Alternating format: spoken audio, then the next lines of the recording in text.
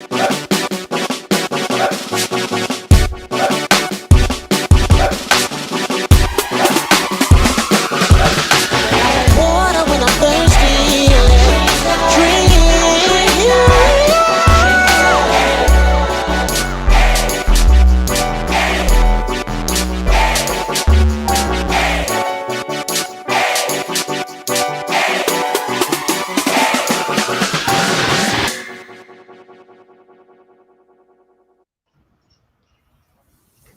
evening, everyone. Welcome to another episode of Water for the Thirsty, our first episode for 2022 for the new year. We are a week into our Bible reading, so we have a few things to look at from the books of Luke and Genesis and Proverbs. With us tonight, we have the four wise men. Sorry, camera. Maybe. Yeah, I guess we could call it that.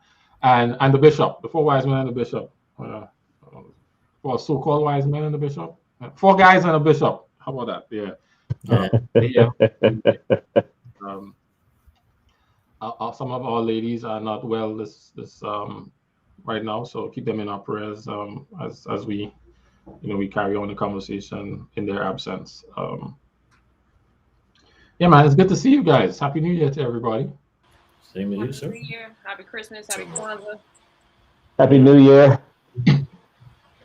Well, you know how we do every New Year? I have to go back to my the crew that started with us seven and a half years ago. And as we're going through for the 8th year, what are you seeing? What are you hearing? What's different for you? What's better for you? What's worse for you? What's the experience like at 7.5? At the beginning of the 8th go round of the word. Sharika?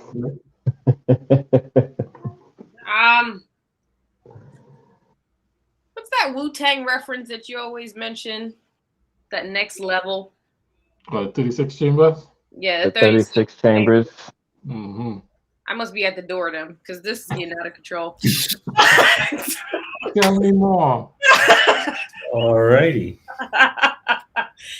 Now I just feel like life just has a bunch of whirlwinds right now. Like, I feel like, I don't know. It's like that final version of Sonic the Hedgehog, and like, the remote controller starts to pull out of the system, and you're not sure if the game's gonna end. Like, I feel like that's where I'm at. Just being tried in ways that I'm like, why? Like, we were doing so well. Why are we here? How has the time in the study or the word and the relationship with God fed into that, factored into that? Is it a factor? Is it helping? Is it valuable to you for where you are? In all honesty, I took a break because I was angry at God. I feel you. And I was like, I'm good. I'm not gonna sin though, because I know better. But I'm good. We ain't gotta talk. I ain't got nothing to say. I don't have anything respectable to say, so therefore I will say nothing. And I honestly just started reading probably the 30th of the month. I started talking again, like, yo, it's me again. How you doing? I ain't gonna talk to you every day. And you read Proverbs as your first? Haters don't hate. And I felt like once I started reading Proverbs, in my opinion, was the not closest way to get back on track. I didn't really want to hear about Jesus, if I'm being honest. And so therefore I'm like, I know I belong in here somewhere, and so let me read what I see to be wisdom versus conversation or talking about Savior type of thing. But I came back, which is big, because usually I don't really come back for a while. Took like a 2-month break. But I didn't leave the conversation, which I thought was a big thing. I just didn't have anything to say to God. So Interesting. as we go into the 8th year, I still don't have much to say. To him. Say it at all. But every couple of days, you there? I bet. Just letting you know I'm still here. Don't have anything to say. That's interesting. It's interesting. I'd say it's interesting because you're not the only one that I have spoken to, encountered, and come across who, over time and being in the world, their relationship transitions in the manner that you're describing. And so I'm curious. I don't know that we can explore that right now, but I'm curious to know what are the things that go into that for individuals, not just for you, not saying anything's wrong with you or anything like that, just the thought process that goes into, or the circumstances that lead to that. Maybe it's as you become, or as one becomes, less of someone who is bound into, I guess, the rituals and the experience of religion and starts having this relationship. Does it become so much more of a relationship that the relationship experiences ebbs and flows? I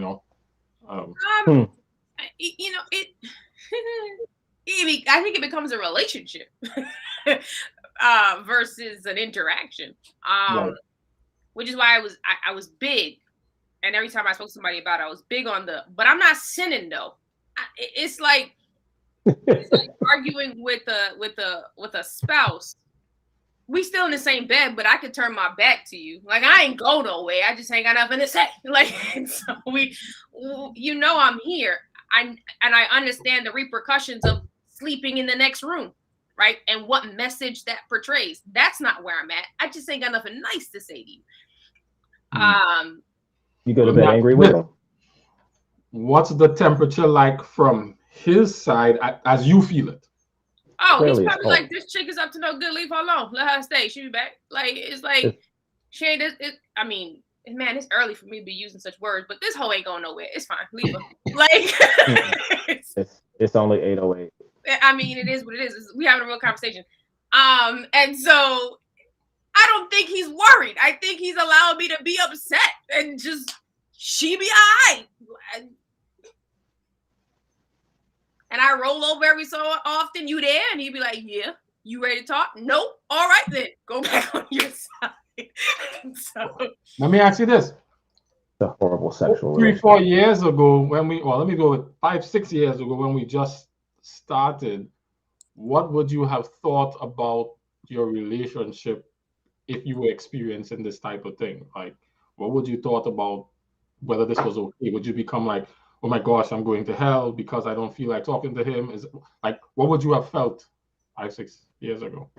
I probably would have left, right? Like, it would have been awesome. I'm packing my stuff. I'm going to my friend's house, but I'm leaving my toothbrush here. I'll buy another one, right? Like, it's just, I'm more in a disconnect phase and more so thinking that I'd probably be punished for the disconnect versus now I'm kind of like, well, you came back home too, huh? I guess we in this house. And that's that. I got you. Type of deal. I don't look at it as a cause and effect anymore. Got you. I look at it as relationships ebb and flow. My love for you hasn't changed. I just don't like you right now. And it says nothing, and I don't involve the kids, like the Holy Spirit and Jesus. I ain't got nothing against y'all either. This is me and the Father having a situation, which some people may see as blasphemous, but that's how I talk. Y'all know me by now. If y'all still listening for all these years, me and the Father got issues. It's nothing against the Son and the Holy Spirit. Before I bring Kenrick in, Robert Kennedy says God understands our feelings even when we're mad at Him. I don't think I'm that important, and I don't really think he cares, to be quite honest. Because remember, let's not overvalue yourself, Sharika.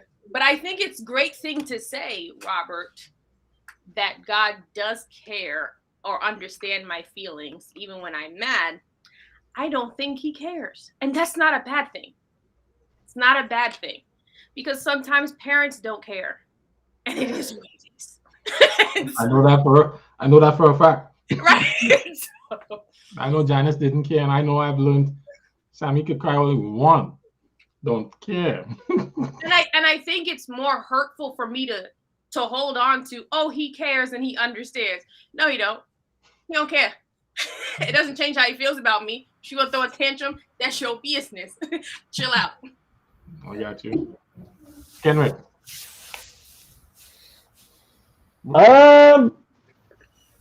What's it been like for you? Not there. Haters gonna hate. It's actually very interesting. So I've never, so when I listened to Sharika Hold on, Kenrick. Robert Kennedy is I wouldn't say clapping back, but he's adding additional perspective. He says parents always care.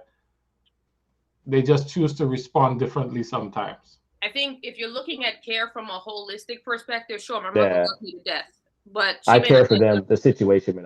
I don't care. Yeah, she don't care about my situation. She says, well, at least decent parents. Yeah, I think care for Sharika never changes. Care for Sharika's behavior. I don't really care how Sharika's behaving today, tomorrow, yesterday, the last 2 months, whatever. She can go ahead and do what she want to do. Yeah, there's sometimes I don't care how the girl. I mean, it doesn't matter. Like, I need you to do certain things. I honestly don't care what you got. The situation I don't really care about. Whatever. Right. Overall, yes, I care about you. Of course. Yes. Yeah, but at this particular time, couldn't care less about what you're doing. You actually could not find anything less than where I care in that level. Couldn't find a care. Couldn't find a care. I have no cares. All right, Kenrick, sorry. Back to you. No, it's interesting to hear Sharika, just overall. I never view my relationship with God, Jesus, through those eyes of you talk about a real, a relationship, like a husband, wife, whatever. And I guess that's the expectation. I don't know. But even after all these years, I don't have that perspective. Like, I can't remember a time when I've been mad at God. I don't, there are times I question, but like from her experience, it's like, I don't roll over and turn my back. I don't look at it from that perspective. My experience is a little different. So about last year, one of the things I've done over the past week is kind of just gone back through and try to assess last year, and look at, things I'm going to do moving forward. And one of the things I realized both in my spiritual life and probably some other things is that it was just cluttered. It was just a lot of stuff that kind of got in the way of both spending time with God, maybe meeting other objectives that I had. And so I think my takeaway is that for this year, I have to be a lot more focused. And so I think I lacked focus last year in both just some personal things as well as my relationship with God. Like real focus. So I was listening to somebody a couple of weeks ago, and it really summed up kind of the focus part of it. It was like light can be used to illuminate a room, but light can also be used to cut steel and cut gas when it's focused on. And so this year is like, for the past couple of days, really, I've been like trying to focus and spend time, consistently, and intentionally with God, to kind of get that back. So I think that was a good year. And there were areas of growth. I thought that it was stunted by the clutter and not being focused on him. Yeah. I'm gonna go next. Because Sharika had created space for that, vulnerability and transparency. The last 2 years, I have not been, I wouldn't use the imagery that Sharika used of, in the room, but with my back turned, I have been more of a,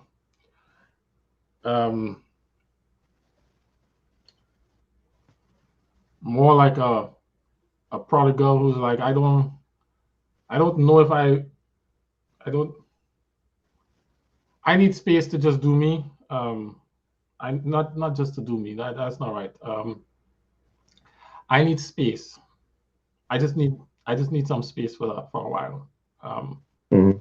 I need to see some other things, hear some other things, um, because I am not sure that I was understanding what you were saying, and I would like Kenrick to be more focused and intentional, but I don't want to be like Paul, gung ho with the wrong idea, and that's what I Mhm. felt like I was being.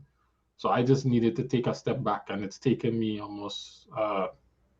I've been a step back for the last 2 years or so. So it's been different, and what I've been experiencing as a result of it is um, a father like the prodigal son's father who's like, all right, go do your thing, and I still love you. I'm still here for you, and if you need something, call me. Um, kind of type relationship. And the more I've been in the Word and we've come to these conversations, the more that um, type of God shows up in the Word. Like you see him in the various situations. Like I remember when Lyle was on, and we talked about the vengeances of God, like his desire just for his children to come to learn him and trust him showed out so much more, probably because of where I was, and I was able to see it all the more.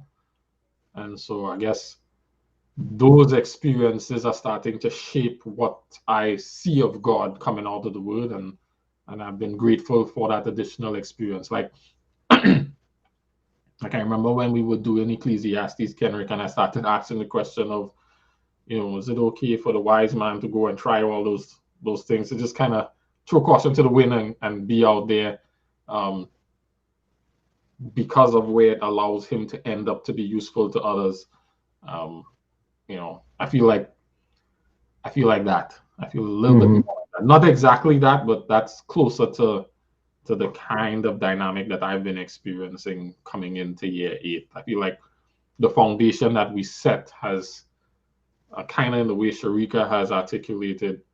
I am necessarily leaving this relationship where I may have in the past, but the relationship is no longer tied to interactions. It's now like really a relationship. And I feel and I hear and I see God very, very differently as a result of it. So that's kind of where I am at the beginning of this 8th go around. So I'm interested to see where it goes now that I've said that out loud. So let me ask you a question I've before. been feeling that, but I haven't said it out loud. So let me ask you a question, and I guess this could be for everybody, even though I know Jerry and Courtney haven't said anything. So is that, because I guess one of the things I was contemplating over the past couple of days is this growth. I mean, I think it's a process. It's part of the overall process, but is it growth? Do you think where you are is growth? So I'm gonna say it this way. My dad and I guess my mom were very, very, very strict. And we had at least my mother, because I was a little bit closer to her, we had at least for longer periods anyway, for a more extended period. Um, we had more of a for a period of that time there was an interaction type relationship, right? I needed to do this, I Mm-hmm. needed to do that, and she didn't really, you know, it was close to the line, because we couldn't really have the conversation. But then once I guess I grew and I became older and more mature, she was able to then, come and have different kind of conversations with me and reasoning, and she kind of stepped back and allowed me to kind of find my way. Some things I had to fall into, and then we could talk about. So using that as a reference, I would say, yeah, it's growth, but you know, um, I mean, I think it's growth for me in that I am less reactionary because I have felt that God is less reactionary with me. And so I don't react that way with people as much. I am notorious, or I have been notorious for, I don't care, I cut you off, ain't nothing to me. Or I don't want to share when I get to a certain level of stress. And I think pushing those same feelings on God and not having that I'm about to go to hell for this feelings have led me to treat people differently. People that in so many ways probably turned their back on me, and but we're in the same bed. And I didn't even realize we were in the same bed. But when they roll back over, yo, you there? Yep. Yeah, still here. All right. Guess we can talk through that. Moving forward. Right. So it's growth that I'm starting to understand when it's like forgive others the way you want me to forgive you, or treat others the way that I treat you. In that people are allowed to change for good or bad. And that doesn't necessarily mean it's about you. It could simply be this is where they are right now, and you should be open to their return if it's sincere. Just how you want me to be open to the fact that you ain't really leave. You sincerely are coming back. And so I think it's growth on how I treat humans, because I have a better understanding. Yeah, I would say, similar. I guess I used to be always wondering, is he going to give up on me today? Have I gone to the place where he's done with me? And I don't think any of my kids could get to that point where I'm done with that. And so I no longer have that kind of, I guess, fear or apprehension or shackle on me in terms of how I deal and relate to God. I was watching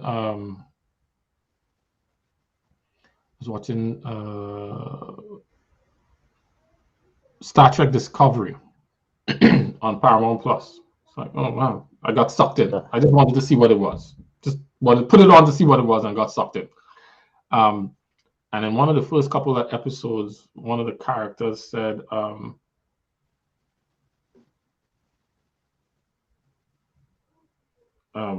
think he said something along the lines of rules are for lackeys, context is for kings. Interesting. I have to get the actual thing. I don't have my phone with me, and I didn't want to get up and run inside because I posted it on Twitter because I thought it was super fun. I like that. Essentially, he was saying, you give the rules to people who don't really know how to navigate the space, and you give them that as guidelines, as guideposts. But for people who have, decisions, who are in the place for making, greater decisions or have greater experience or greater responsibility, you realize how to navigate and apply. Yeah, 100%. According to the situation and the necessity, so you don't have the same kind of barriers around you.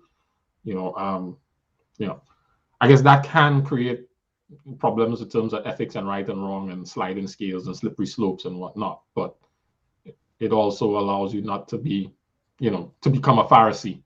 Don't come and heal here on the Sabbath, right? I guess that's kind of what Jesus was saying. Context is for kings. I mean, is it right to heal on the Sabbath or to save a life or to take a life? If your donkey falls in a pit on the Sabbath, what you gonna do? Say it's a Sabbath and leave your donkey there all night? You're not sure you'll find your donkey in the morning, right? So it's that kind of growth that I feel like I've experienced. Where the letter of the law, you start to feel more of the spirit of it, and so you're not as tightly bound. And I start to see it also in my interactions with other people who are in that more tightly bound space, where they feel very strongly about certain things that I go, yeah, I don't know that God really cares that much about whether it's a turkey sandwich or a chicken sandwich. I don't know that he cares that deeply. Um, but hey, I understand where you are because I've been there, kind of thing. So Yeah, I no, guess absolutely. I get it. it could be growth or a slide. I don't know. Jerry, I know you've been with us on and off for a while, but having been, actively engaged in the readings and whatnot, I'm participating in this conversation, and on top of the background that you have, where are you, and what has this experience been like, and how is it impacting the way you navigate life and spirituality, coming into the second year? I need to dial myself back because there's so much stuff you just said. I am just Oh, get into it, man. Well, yeah, let's do that and then come back to my question. it's okay. So like, it sounds like the three of you have different flavors of the same experience to me. Okay. Hmm? Say more. Yeah. So and fundamentally, it's almost like all right, like if I see it as growth. I see it not just as growth um in terms of you all as individuals, but even growth in your relationship with God. And I think it's a growth that allows Him to trust you with more. Hmm.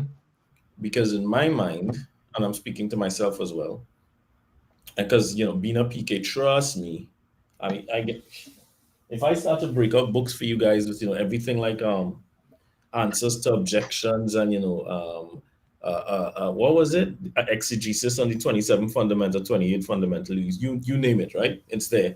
But it's like, who do you trust more? Someone who can interact and practice something even though their heart is a completely different place, or someone who gets it and does it from the right place for the right reason? They may not always be dogmatic, but it's just like it's a different experience, right? It's like I was talking to a buddy of mine the other day, and I don't know why everybody thinks I'm like a Dr. Phil, but whatever. So he's having some challenges in his relationship, and he's saying he didn't realize how insecure he was until he moved away. So he's migrated, he's settling in, and then he's gonna take his fiance across, right? But in that gap in between, it's like only now he's realizing how much, in his words, he was like on her like white on rice. So it's like you're always walking this very straight and narrow. She's always this particular way, but it's because like he's always there. And now that he isn't, he said he's realizing just how weak or how frail the relationship actually is. Wow. And maybe, not infallible, maybe part of your 2 year step back and Sharika's, turning her back ever so often, is strengthening the actual core of the relationship. So it's about a real relationship and not just I'm doing this because, well, yeah, Yeah. learning by route or whatever. And I think I'm probably a fourth flavor of that. I knew something was happening. I couldn't even make sense of it. I wasn't really even paying attention to it. And it's like between the points the three of you all have made, I'm like, that's what it is. Okay. Because it's almost like part of me was too concerned. Okay, that's not true. Part of me was literally like afraid to say to him, okay, I need space. Um, and what he's been showing me is that it's for me, it's not that I need space from him. I need space from my idea of who he is. Mhm. So he's had to like come in and say, okay, you've been running thus far with this idea of me and this idea of how I operate, and now let me show you something more. So it's not so much that I'm replacing everything you know, but let me show you something more. Good. Good.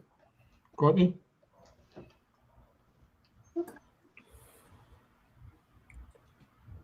I'm just here bubbling.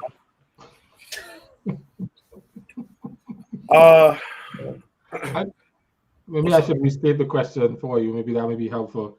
Yeah. You kind of came in, maybe was that 2 years ago, 3 years ago, and we were, into the conversations and the whatnot.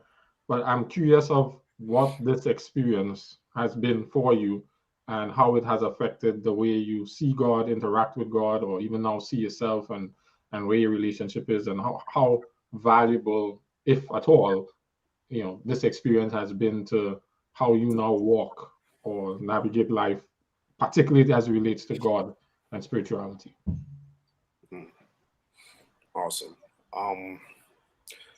I've found that our discussions, and then also now sharing it and being a part of the actual live sharing of the discussions, I feel everything has just been transformative for me. Again, just like everyone says, it's like my idea of who God is shifted. The way that I read the scripture now is different, but it's enhanced. So to the degree that I find myself a lot more interested in and passionate about what I'm reading. I think when I was a lot younger, reading was something that I would probably dread doing, or I didn't know how you could read without feeling sleepy. So, but yeah, man, it's just different for me now. I started and I joined this group, joined Bible studies. I was looking for a lot of answers. I was looking for, again, I felt like, how can I really know the word for myself? I saw that I thought there was a lot of dependency on the structure of church to get into the word. Like if I'm only doing that on Sabbaths, I felt that there was something wrong with that. But ultimately, man, again, I feel this has just been a transformative thing. Now I see the word and more how to apply it. I think that's where my mind is all the time, just application, daily life. I think Sharika talked about it in a way, but just how do you now, in like my interactions with everyone that I meet, family members, friends, just again having a better understanding of why relationships or the human relationship is so important. And I'm just like, again, understanding God that way, seeing that seeing fathership different, seeing mothership different, seeing the relationship between parents and children differently. And I'm like using all of that information to have a better understanding of, so it's like I'm looking at everything around me and I'm like understanding God better in that way, for it could be nature. Just everything just seems different to me. It's always been there. So clearly it's just my perspective on everything's just been different. But again, how do I interact with everything around me now? And if we want to talk about ministry, what we're doing now, how's my life able to be used? Like how I thought of ministry differently before. It's like I think I came in thinking, hey, I need to know a bunch of verses and be able to quote them and so forth. But understanding how my life can be a source of light to other people around me, and just based off the scripture, it's just been. I think that's been great, and it's been a challenge. Now I can see that there's opportunity in every interaction for something. So, yeah. That's what's up. I would like to, because of what you said, shift to a note that I made from my reading this week that came out of Genesis. Genesis chapter, is it 3 or 4? Hold on, let me see if I can get it.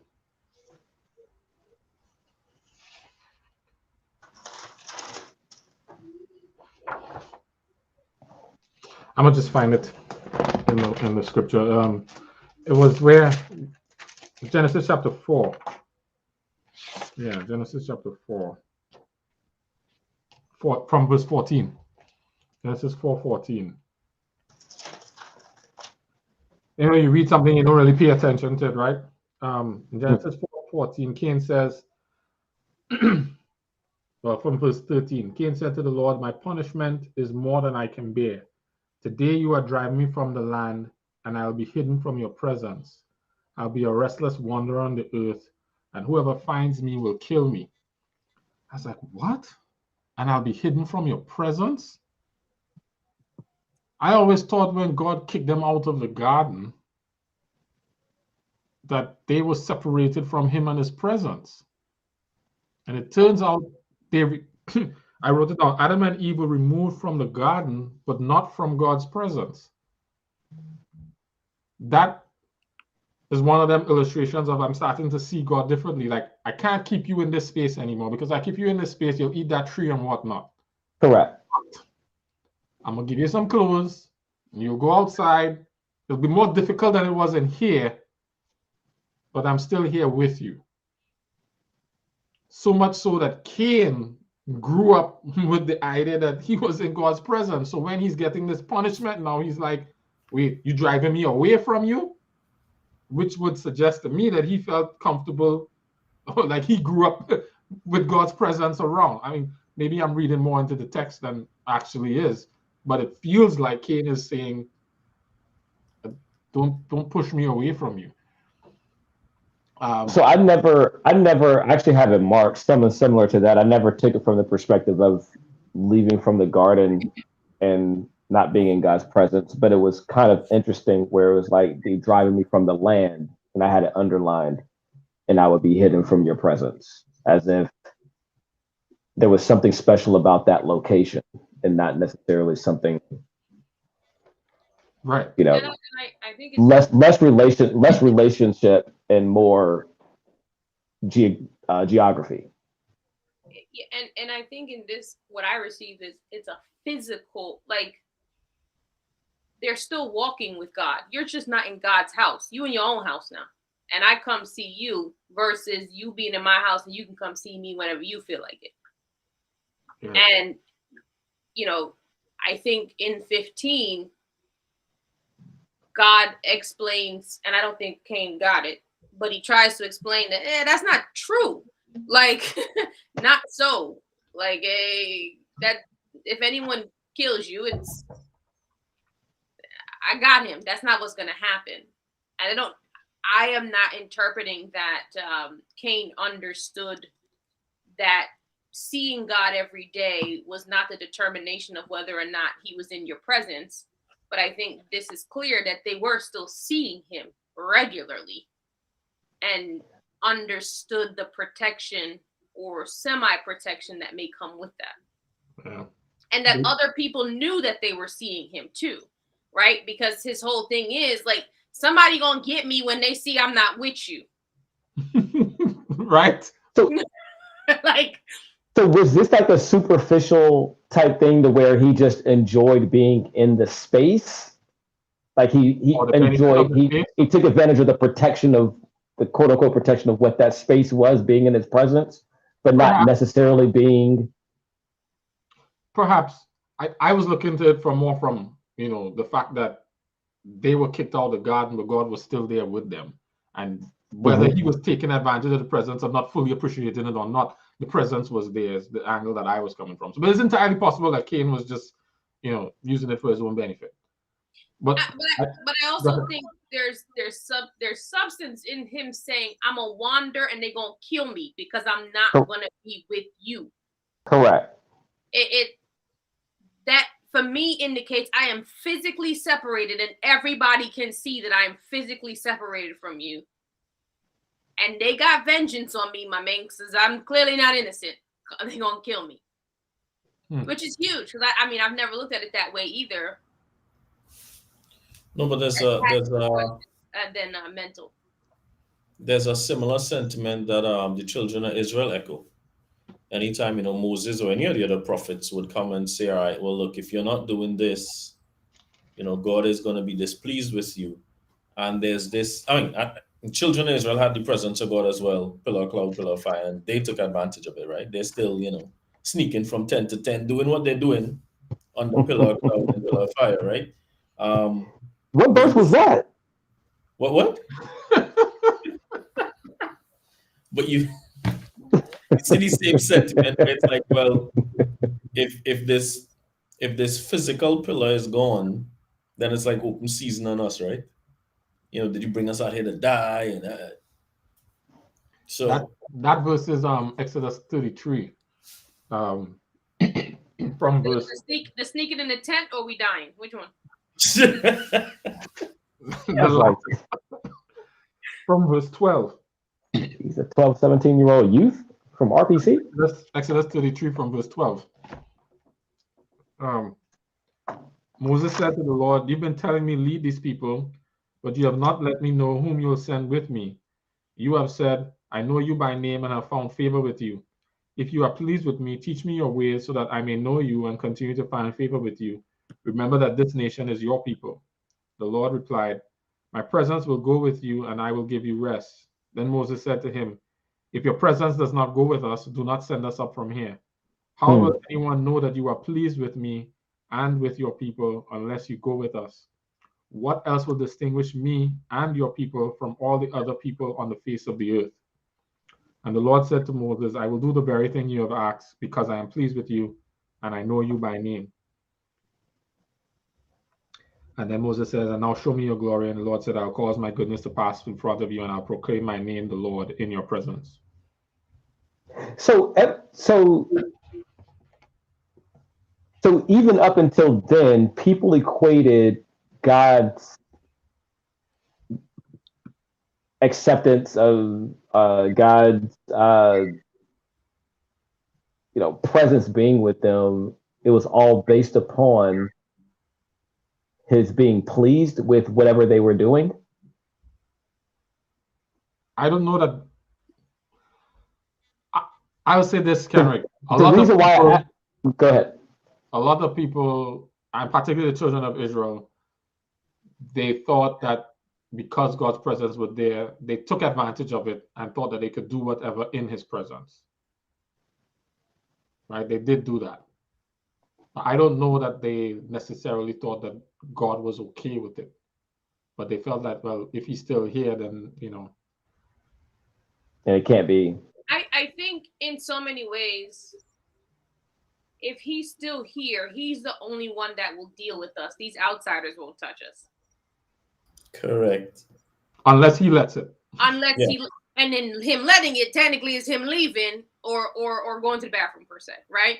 Yeah. And I think you also see that with Job, where his friends are like, "Yo, what did you do? Like, he gone." Like, they had this cause and effect thing going on, that certain earthly things or things of other people could only happen if God left them. And they were better off feeling his wrath and testing his boundaries, because ain't nobody else gonna test it, because he likes us. And so, it's like when one parent's gonna beat you a little less than the other. It's like, I'll test that boundary. What's not gonna happen is they're not gonna allow you to get me. Yeah. I got you. You know what actually came to mind there? These guys, what was it? Aaron, Samuel, Hophni, and Phineas. Mm-hmm.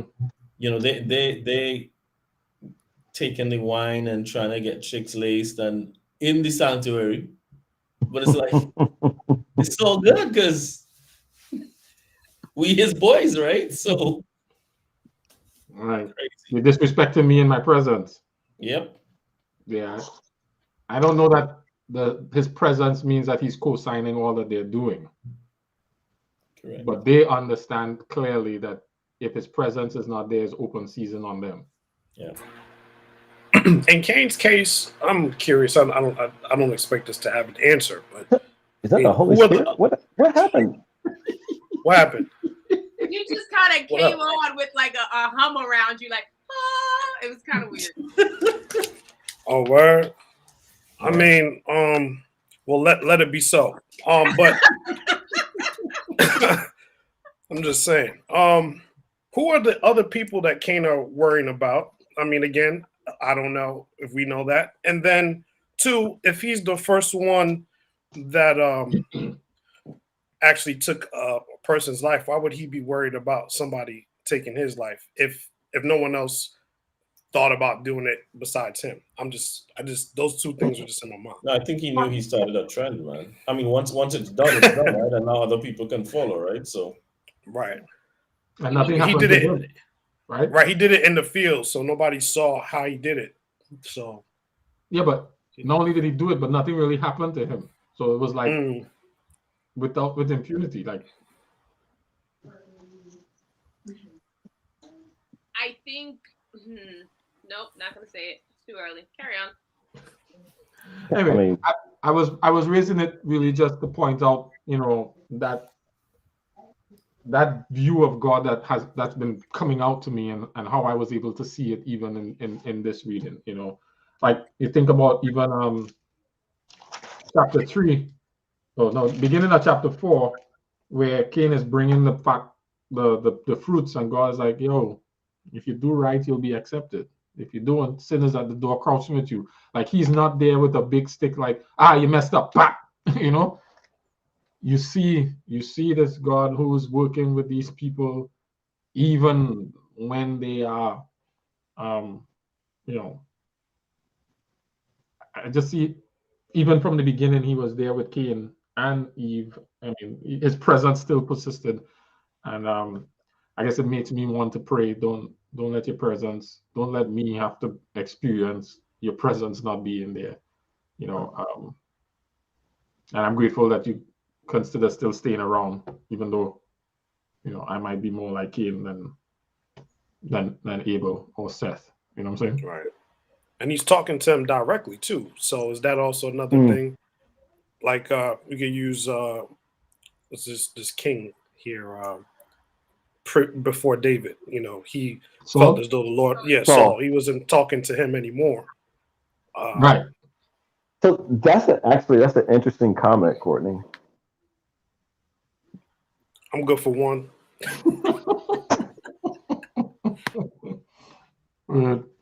Yeah. So that was one thing that I had this week. Another thing that I had was from Luke 6:37 through 45.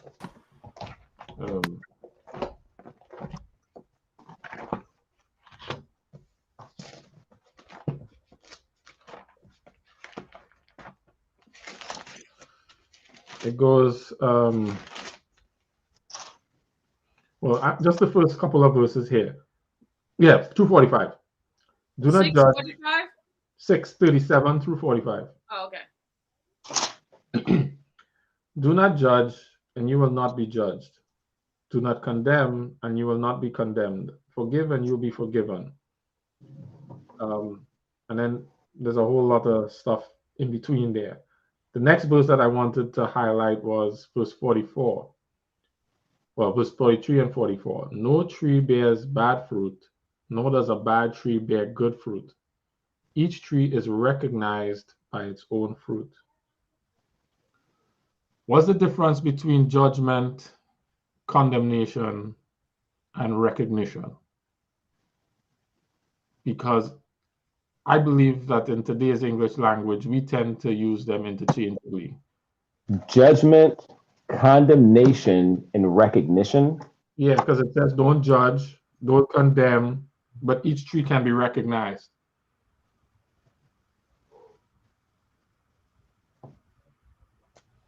So what is being said here when it says don't judge? What is being said here when it says don't condemn?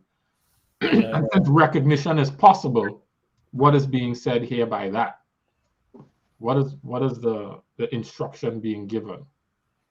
So I've always thought of judged and condemnation is like, condemnation is always like you rendered the verdict, like you sentenced that particular person So what's for whatever. I've seen judgment as you have an opinion based on an assumption or an estimate of something. Condemnation, to Kendrick's point, is you've now decided the fate. You've made a decision against it. You might have evidence, but you now have an opinion against something. And recognition. I don't know how that fits in. My first thought was mind your business.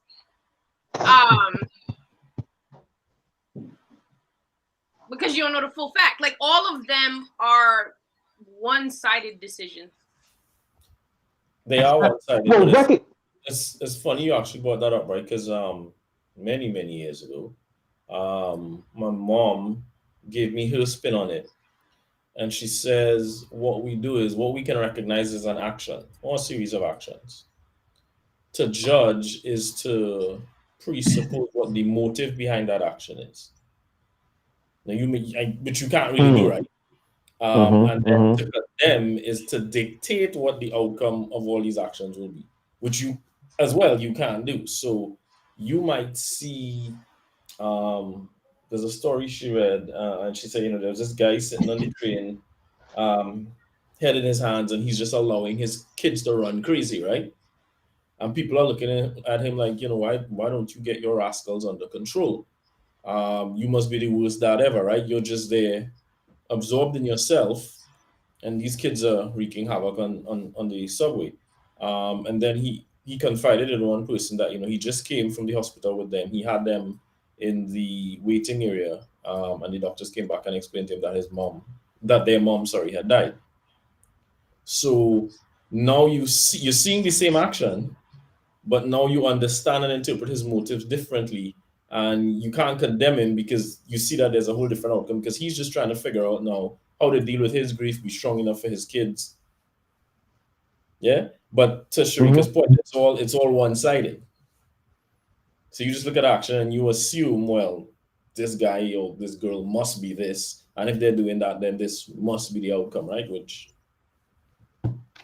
can you give me that again, Jerry? You said something very profound there at the beginning. Judgment, from what your mom said, is. So you can recognize an action or series of actions. You can judge, or you try to judge a motive behind the actions, and so then judgment is determining motive without consultation. Correct. And then condemnation is where you just assume, well, if that is the motive and the action, this has to be the outcome. Correct. Interesting. And so you listen to Sharika say, well, I'm in a little space in my relationship where sometimes I turn my back on God. And you know there are people who would hear that and be like, what? Oh, she is going to burn. Sister, I will put oil on you. We're going to hold hands. They have no clue. I got you. So verse 43 says, no tree bears bad fruit, nor does a bad tree bear good fruit. Each tree is recognized from its fruit, or by its own fruit. I know one of the other verses, it almost kind of gives, these verses appear to give license to be able to identify trees, though. Not so? Because good fruit allows me to recognize a good tree from a bad tree. So there is some kind of assessment that appears to be, anyway, I'm still working through it, appears to be permissible, allowable. I think that's in the judgment part. That's the examination part of it. Tell me more. Well, I think Jerome was saying it's like the examination when you are going to then you're making a determination. So that's what I think what we're talking about with the trees. There has to be of some type of visible evidence in that example for you to And with the evidence you were examining it, they said, okay, this tree, I don't see any fruit on it. So then from that examination, then you're making that determination. And then he's pronouncing it after that, good or bad. But what? How is that So not what? How do you judgment?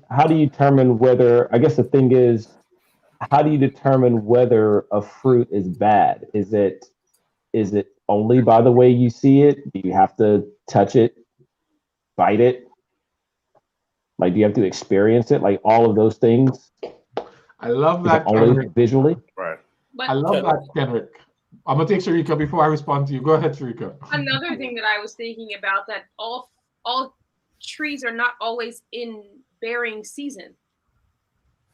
And so you could make a bad distinction in the middle of winter and think this is a bad tree because you're not seeing anything come from it. So your assumption is that it's dead, or your assumption is that it's not able to bear. It reminds me of my lemon tree upstairs. It looks like the skinniest, scrawniest piece of thing. You'll get 5, 6, 7, 8 lemons out of it every single year. And it'll surprise you. In December, it decided to produce 2 more. Had you seen it last month, like, oh, this tree is trash. It's clearly holding on for dear life. But the assumption would be it's dead. It's like everything in it produces sour fruit. So no, don't. It does produce sour fruit. It's a lemon No, tree. don't. it's a lemon tree. Lemons are sweet. Lemons. It's not. If it's sweet, it's not lemon. It's orange.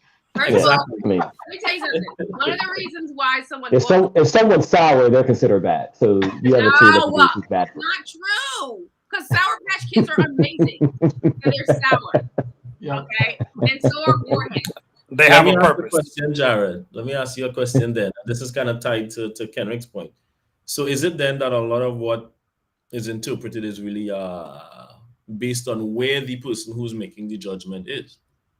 Yeah. I would agree. So it really is subjective. It's some things aren't.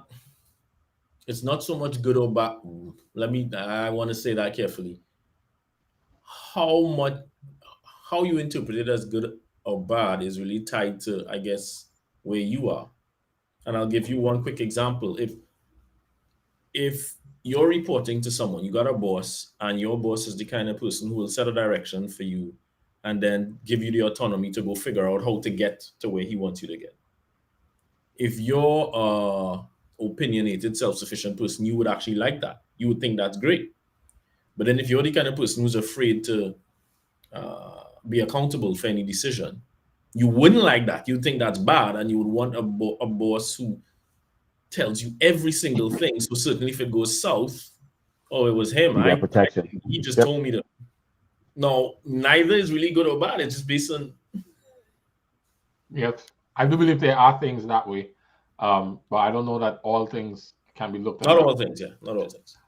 But to your point and Kenrick's point, Kenrick was like, well, how do you know if the fruit is bad? One of the things that was interesting to me is that New International Version translates this word as recognized. Mm-hmm. The word there is no, ginosko, which is the same word in John 17:3.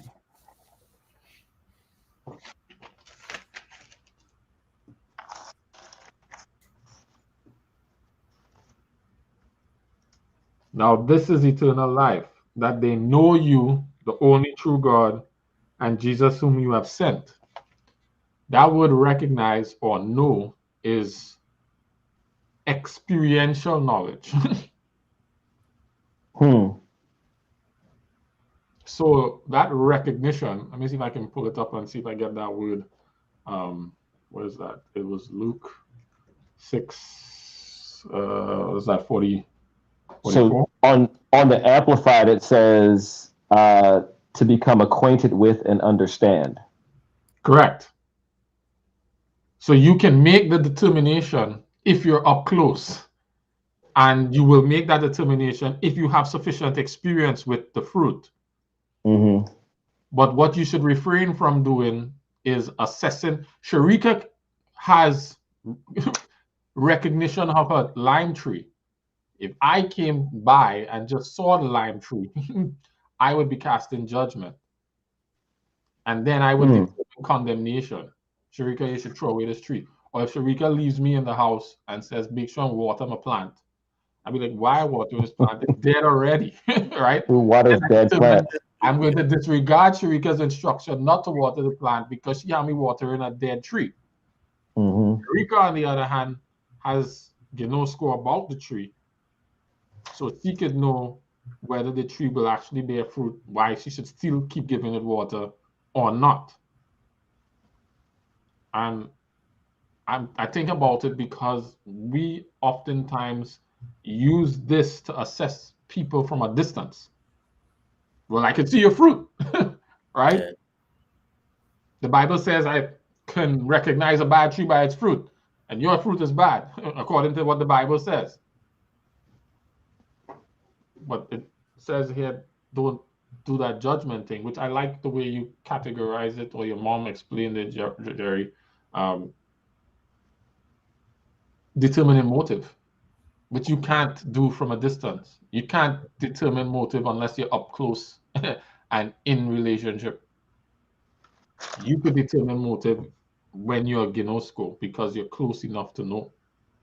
And to add on to that, Jared, you have to be in constant relationship, because if you separate for a while, things change. Correct. Yeah. Yep. It says to learn, to know, to come to know, to get a knowledge of, to perceive, to feel, to become known, to understand. To understand. Yep. And then it goes the Jewish idiom for sexual intercourse between man and a woman. It demands intimacy. What's that called? No, what's it called? Gnosco. Gnoso. I'm gonna put it here. About to give Jewel that Gnoso.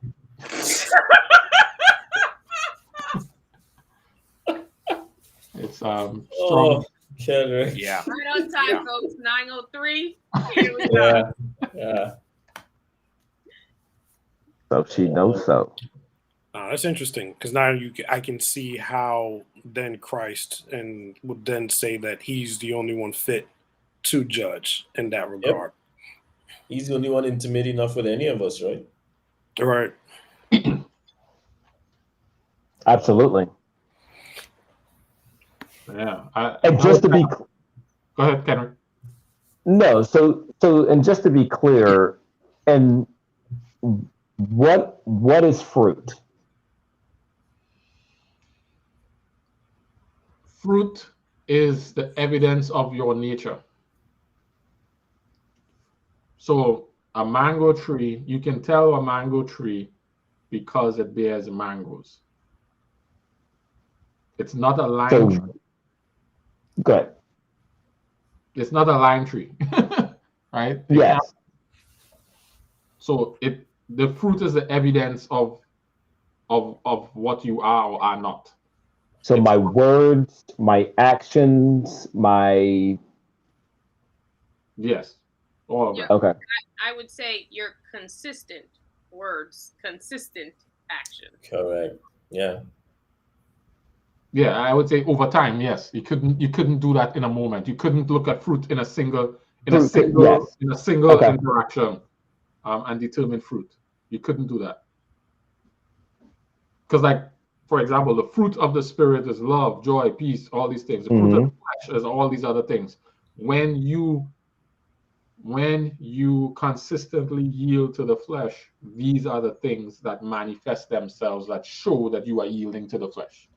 When you are the fruit that's being referenced is that the fruit of the spirit? Well, in this particular or evidence of. In this particular verse,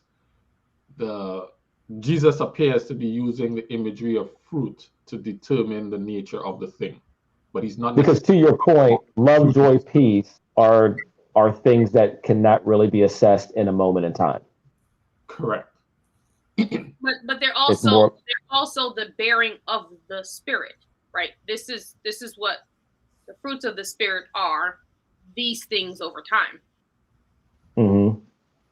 These things evidence that you are in relationship with the spirit. Right.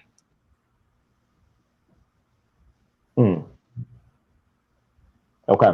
A bad winter don't mean I'm a bad for tree. necessarily. However, And it's the not up to story us of to the decide.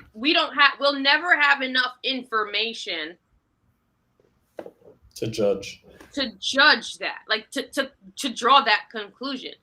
All you unless can we get old school. well, Yes. That's I very would say, yes. And I guess that's my go ahead. yes and no. Because then that would assume that I cannot change. No, but I think you're blur. Maybe it's a blurred line, or it's a line that can't get blurry between recognizing. So you can recognize and you can judge, but you can't condemn, because the minute I condemn, that means I am assuming you can't change. But I mean, it's like if I've been your best friend for 20 years, or I've been your husband or your wife for 20 years, I pretty much have a good sense of you can change. Yes, so I can't condemn, but I can recognize and I can judge. I can recognize. No, Yes. it's So I'm interesting you faulty say right that. now. It's interesting you say that. A friend of mine, we've been friends since 2003-ish. Mm. And we had a hiccup this year in our friendship. And both of us were talking to separate parties, and what we were receiving was, yo, how you still friends with them, yo? How you still friends with that person that do you like that? Yeah. On both sides. And our response in both cases was like, what you talking about, yo? This is a blip in the road. Like, that's still my homie, right? Kind of, and that just popped in my head, confirming, like, y'all don't have enough information to conclude that I throw this person away. Y'all don't know them. I know them. They're having a rough patch. We both feel like we're both having a rough patch. But that's not enough to throw the person away. Like, Yeah. So you can no score that individual.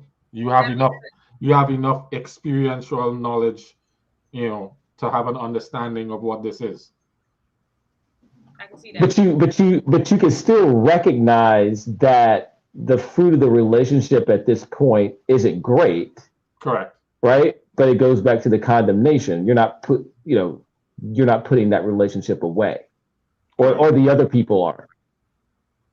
Or shouldn't, I should say.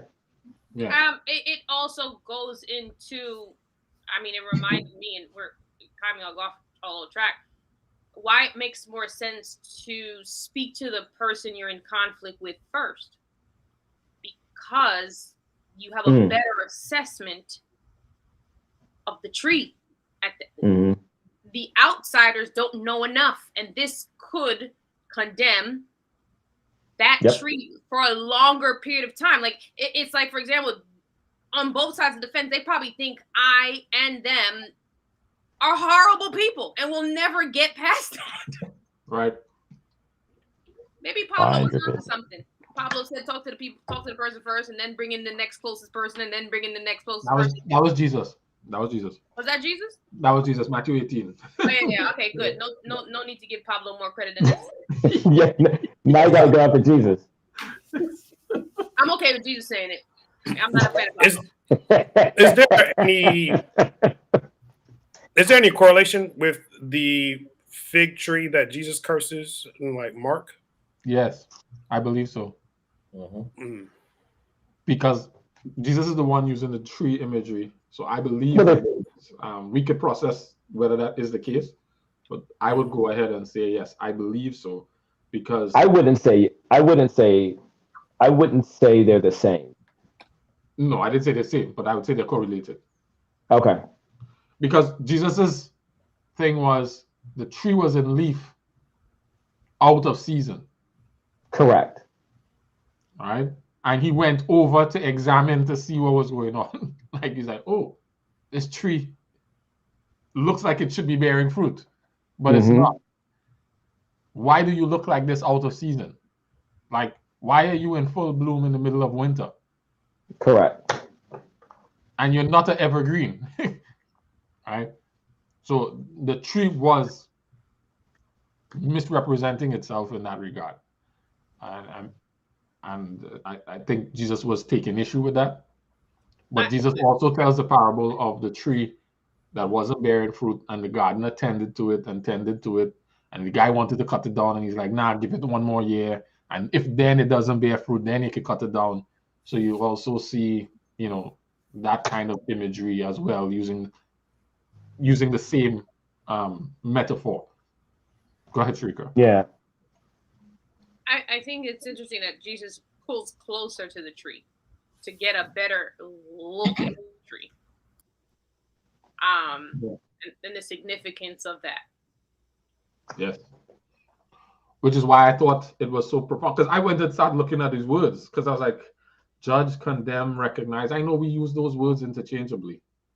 You know, we use judge to mean to assess, right? Like, so what is Jesus? Or to condemn. Judgment was pronounced on this Correct. particular person.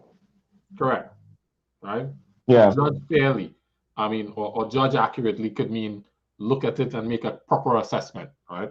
So I was trying to feel what Jesus was saying. So when I realized that this word is not recognized but know, as in experiential knowledge, you know, with intimate experiential knowledge, I thought that was so profound that to recognize, to truly be able to recognize fruit, you need to be intimately aware or have enough experience to be able to make that assessment.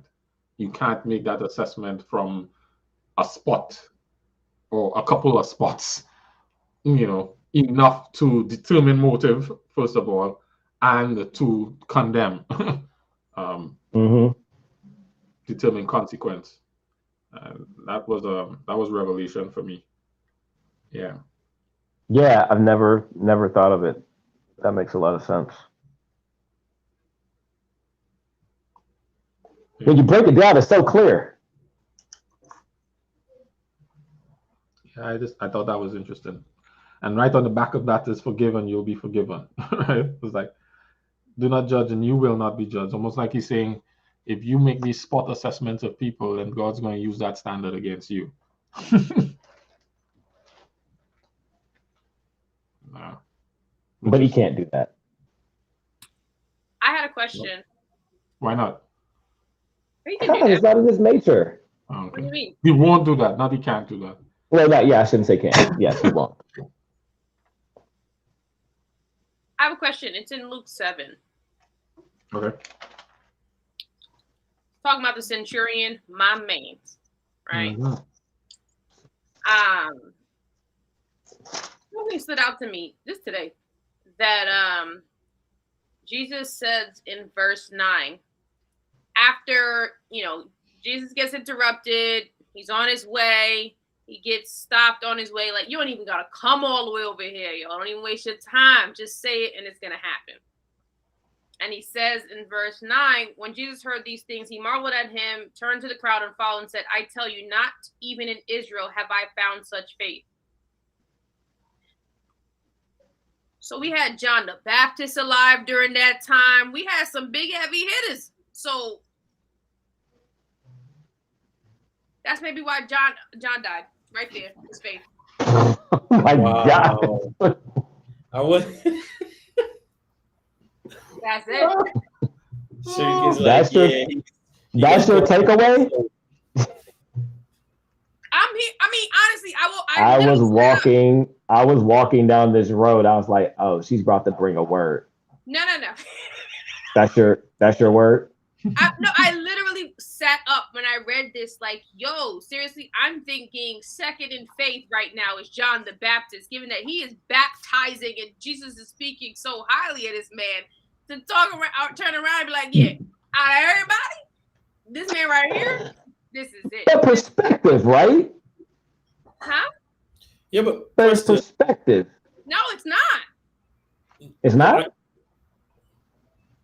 No. Just a question, guys. So John baptized him, saw the whole dove, Holy Spirit come down, this is my beloved son. But then when John was in prison, didn't the John even send people to ask, you sure you're the guy? I mean, I know what I saw, but you sure? Because I ain't supposed to be here. Yeah. Which means that even maybe John's faith was again based on this wrong idea of God, right? They had this idea of Jesus coming and setting up a temporal kingdom, whole 9 yards, right? So it's showing you, right? And maybe that's what God is doing with all of us through this experience, which is correcting our idea of who He is and how He operates. But I think it's also like the track record, right? I mean, John and by no means am I saying John had the alley-oop. Like, I'm not saying, they threw it up and John had to go get it. I'm not saying that. You see Cliff change his picture? Yes, sir. I can't see Cliff. Go ahead, Kendrick. Sorry. I just moved locations. I didn't want to have Kendrick have any distractions. You don't want to trigger I him. figured it was a new year. The funny thing about that is, I mentioned that to my wife one time, man, and she then went and got a whole new painting. So when I sit back in the She got a bigger painting of the same thing, or it's a bigger painting. Now. So when I sit I'm back about to put this painting in the kitchen. Put a kid in the kitchen, the bedroom, the living room. There you go, man. She got it. She got it hanging from the visor. Oh, great. I didn't want to stop. Good evening, fellas, ladies and gentlemen. I should say, how y'all doing? What's up, man? You were saying, Kendrick? I don't know what I was saying anymore. No, we were talking about John the Baptist. Saying how John had the alley-oop. Let's throw it up. You're not. Oh yeah. So John.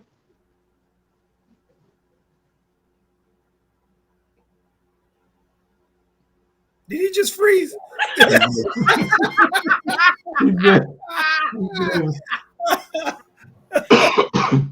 Kendrick, what'd you say about My bad. Can you hear me now? Yes. All right, my bad. I went out. So John the Baptist kind of had an alley. I'm not gonna say he's had an alley-oop, but he had it. He was kind of raised in this thing. Like he knew from the beginning he was going to be this. He was taught this. It was ingrained in what his role was in this thing. Whereas this centurion, like, the path is much different. And so for the centurion to get to where he was, I can understand where Jesus is saying, like, it's a lot more. It's more impressive to get here from where the centurion was than the path that John took. It makes sense to me. I think it also, for me, ties into the conversation we just had.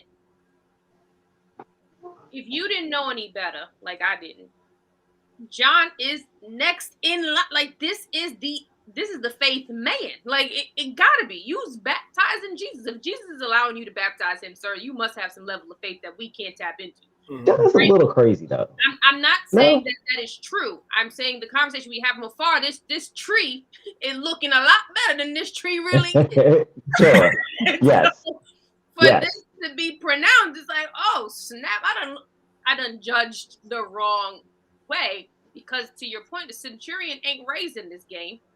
And to the point of, you don't even have to come get me. You don't have to reach me. I'm not even gonna insult your power to be like, you gotta pull up. Just say it, and I know it's about to take place. So, Sarika, you're talking about the fruit that coming off your scrawny lemon tree that's huge and sweet, and then the Kendrick's lemon tree in the back of his big yard with his big estate, barely producing any fruit, and they but you expect, if Courtney was to say before the bear, which tree would you get fruit from? Which one would you pick? Chances are you'd lean more to Kendrick's tree, because first of all, that description is so accurate, because the fruit on my trees are horrible. But you got trees, though. You got trees. There you go. and they're bearing fruit. All they need is a little pruning. Yeah. And it's crazy. And then, like, the report about this whole thing just kind of spreads, and so I don't know. And then John the Baptist sends his message, which is convenient. But I literally sat up at that and was just like, yo, you really can't tell how people feel or anything like that based on just seeing them. A centurion by default isn't. He's a Roman. Like, he has no business in the business of the Jews at all. I saw another thing in Luke. Sorry, guys, I'm kind of excited about what I saw this week. Luke 1. Luke 1 verses 8 to 10, particularly with emphasis on verse 9, right? So remember we talked about Zechariah in the temple and his response to the angel and how it contrasts with Mary and all of that. So there's some additional insight that we may have overlooked or didn't include in the conversation that I came across that's in verse 9. Luke 1? Yeah, Luke 1. So it says, once when Zachariah's division was on duty and he was serving as priest before God, he was chosen by Lot, according to the custom of the priesthood, to go into the temple of the Lord and burn incense. And when the time for the burning of the incense came, all the assembled worshipers were praying outside. Now, this is an important Bible study technique. There's two reasons why I'm raising this, because there's an important Bible study observation for us to be mindful of. There are things that first century writers like Luke or Bible writers, whoever's writing in the Bible to whatever audience, that the audience would understand that we wouldn't, because we don't have the benefit of the cultural history or the dynamic. So we just think, oh, it's Zachariah's turn, right? And maybe this is one of many turns that he's had. Turns out, my Bible says on the note down here, apart from the major pilgrim festivals, each of the priestly divisions served in the temple for just 2 weeks a year. Because of the large number of priests in each division, each individual priest would burn incense at the daily sacrifice only once in his lifetime. Wow. Oh, wow. This is an important occasion for Zechariah. Hold on, there's that many people? Yeah. They got priests. The tribe is Priests, not big. Priests like women got wives. Right? The tribe of Levi, and it's that big. Yeah. Wow, that's crazy. So God chooses to appear to him in an angel in this most important occasion for him. So if you consider Zachariah as like, oh, it's my turn. I'm an old man. It's my turn. I get to go up in the temple. And in the one time you get to go into the temple, what happens to you?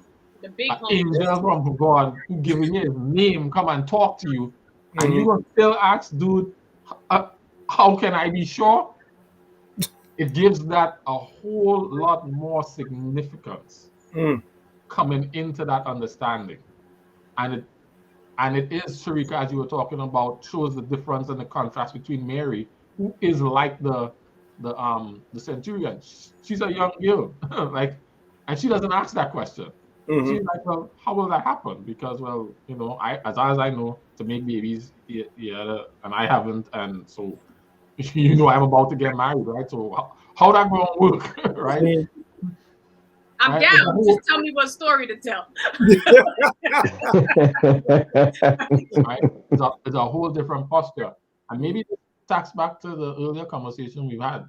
The more seasoned people in the faith seem not to have the stronger faith. The stronger faith seems to be manifest. Well, it's not universal across the board. Just in the stories we've been contrasting thus far. Yeah. But Jared, could it be to that again, not universal, but it's not so much that they're getting seasoned in the faith; they're seasoned in the practices of the faith. Correct. Yeah. So the religiosity, right? I would take it even further. It's their absence of religion and just the nature of being. You're talking about the not seasoned people. The non-seasoned people. Yeah. Their absence of religion and just there's an innocence, right? Not just the rules and the. It's all about, if I got chosen for this, gotta be true, tell me what to do. Because it in so many ways, what crosses my mind is, or what crossed my mind was, in so many ways they realize the importance of even being spoken to, something that we take for granted. Yeah, I mean, Zachariah, like, an angel appears in the temple. This has happened to everybody who comes in here. Clearly, this does. It's just my day. Wow. Yeah, that was transformative to that experience for me. Why the angel responded to him like he said, like, dude, really?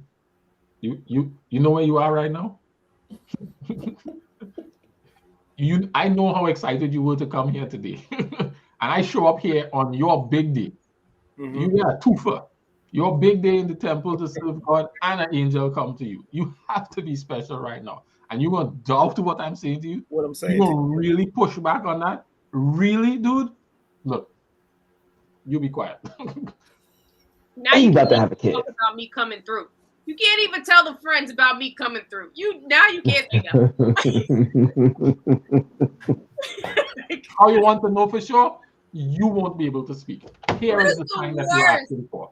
Imagine that is the worst feeling. Like I can only imagine that if everybody go in the temple all this time, they talk about I went in, oh it was cool, oh it was cool, I'm out. I finally got an experience worth talking about, and I can't even say that. Like, Because I said too much while I was in here. Right. While you're in there. Yeah. man, they're like, yo, Zachariah, you had a good time? So let me ask you a question then. And I can cast lots and like I can go. I'm assuming casting lots is similar to, was it like The lottery? Ain't Peek Your Booty Stink? Eeny,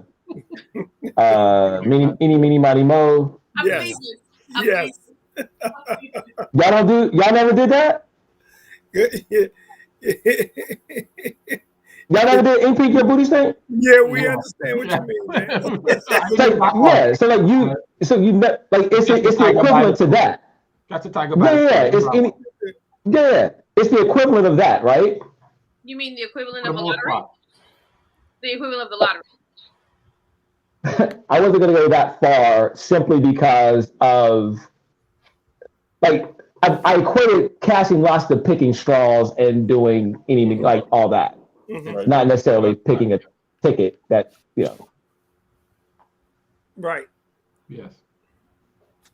It is. But there are major decisions in the Bible and events that occurred based upon any, meeny, miny, mo.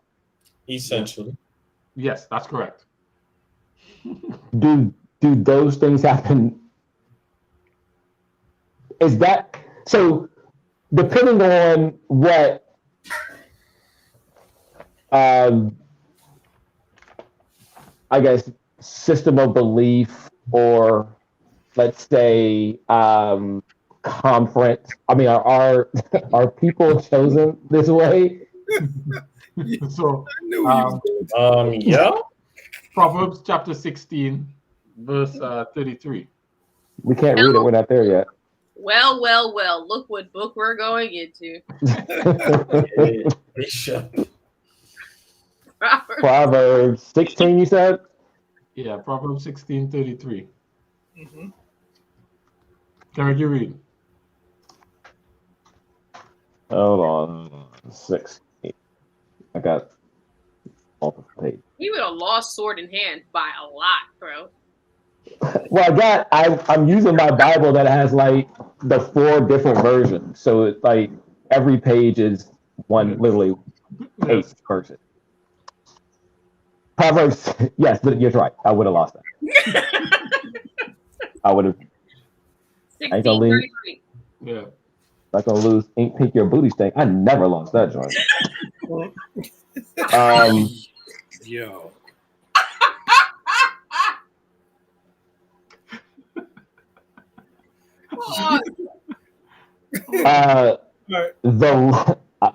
The lot is cast into the lap, but its every decision is from the Lord. Mhm. Hold on, what? Mhm. Yeah, read another So- version. Yeah. I do have that.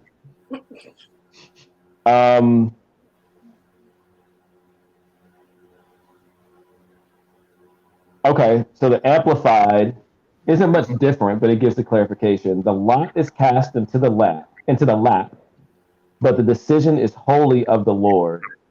Even the events that seem accidental are really ordered by him. Yeah. So that's the belief anyway. Yes. Of people who cast lots. I have a more defined definition. It says this is the reason why the casting of lots was sanctioned in Israel for certain cases of decision making. It was understood that the outcomes were controlled by God, and the seemingly random procedure eliminated human influence. The last time the ritual is mentioned in the Bible is in the choice of Matthias to replace Judas. Many believe that the filling of the Holy Spirit at Pentecost in Acts 2 officially put an end to the ritual because it was then replaced by the direct guidance of the Spirit. It was never sanctioned or recommended as a way to determine God's will in the personal decision making. It says all of that. But if I understand that correctly, what we just read as it pertains to Zechariah is completely like that goes against everything you just said, because it did help to determine God's will. Well, yes. So that's what it's saying. They believe that it was, and that's how they made the decisions at one point in time. He's saying that after a certain point they stopped, and that's what he was saying. Mm-hmm. So he's agreeing. Why did they? Why stop? If God's doing it, why stop? Because he said it's after the Holy Spirit, the whole day of Pentecost thing, right? Yeah. Mm-hmm. Yeah. I missed that. Okay, I got you. Yeah. So I can't do anything. Gerald said, "My takeaway is eeny, meeny, miny." Dude, please understand. I was about to live the rest of my life that way. And Vanessa had said this from earlier when we were talking about Genosco, and you started talking about what you were going to tell Jewel, and so she included this comment. Why y'all laughing? Y'all know he was asking for the word to use it. That's true. Oh yeah. But yeah, so that around. No, that was an interesting point, Jared. Once in a lifetime. Yeah, I didn't know. And he was an old man, so it's been he's been in queue for a while. Yeah. Wow. That was his one and only shot. He had one thing to do. One job. One job. One job. Wow. But here's the thing, though. He's been praying for. First of all, this just came to me. He's been in queue for a while because he's been in the family line for his whole life, right? So he's been in queue for a while. His time has finally come. He's also been praying for this thing for a while. So he gets this break it's his turn to serve, and then when he gets this thing that he's been faithfully waiting on for many years, the angel comes to tell him about the thing that he's been praying for many years, and he does not combine the two in his mind to be excited about it, except to ask, well, how can I be sure? I mean, he wasn't, completely devoid of faith. He was just looking like, well, don't disappoint me. And maybe because he was in queue for so long, and maybe it was because he's praying for so long, he's trying not to get his hopes up. Mm-hmm. So he's looking for something to hold on to know how to hold this for sure. And I guess I could identify. I can respect that. Definitely. I can definitely respect that.